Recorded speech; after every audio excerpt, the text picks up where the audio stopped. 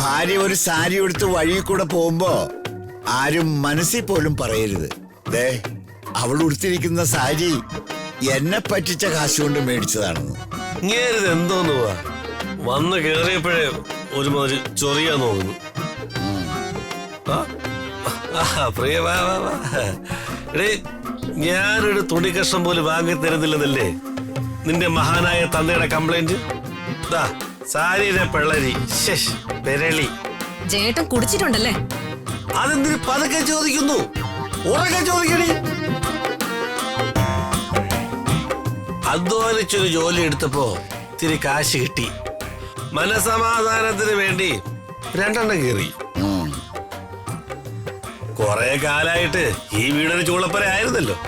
കല്യാണം ചർച്ച, ചർച്ച കല്യാണം, കല്യാണം അന്തി ചർച്ച, ഇങ്ങനെ പുകഞ്ഞോണ്ടിരിക്കുകയായിരുന്നല്ലോ ഈ വീട്. ഒടുവില് കല്യാണം നടന്നിട്ട് വല്ല സമാധാനം ഉണ്ടോ? അതോ ഇല്ല. ഈ ടെൻഷനിൽ നിന്നൊക്കെ എസ്കേപ്പ് ചെയ്യാനായിട്ട് ഒരു 2 എണ്ണം, 2 എണ്ണം തള്ളാം. മരുമോളെ, എന്റെ മോൻ കോടാലി വന്നല്ലേ പെരിച്ചാഴി. നീ കുടിച്ചത് സൈലന്റ് ബ്രാൻഡിയോ അതോ വയലന്റ് റമ്മോ? ആ സാധനത്തിന്റെ മണം. ഈ സാധനമൊക്കെ എവരും കുടിക്കോ?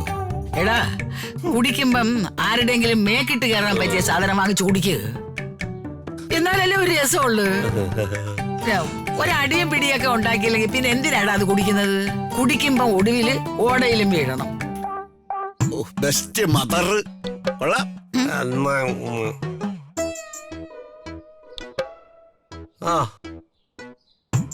അച്ഛാ, എന്ന് ഞങ്ങള് പോയിട്ട് വരാം.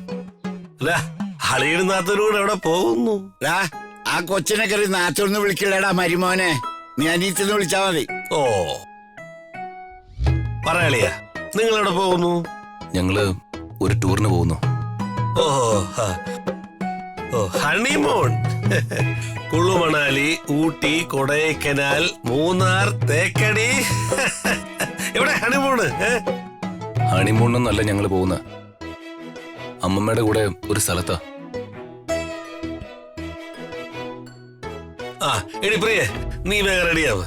നമുക്ക് എങ്ങോട്ടെങ്കിലും ഒരു ടൂർ പോവാം. അത് നല്ല കാര്യം.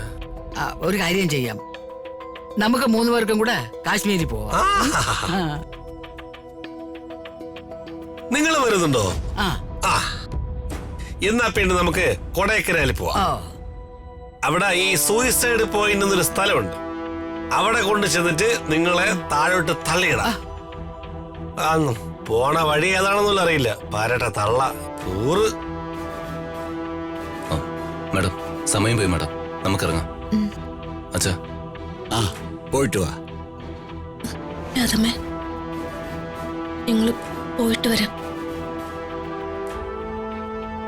മാറി നിക്കണേ അങ്ങോട്ട്.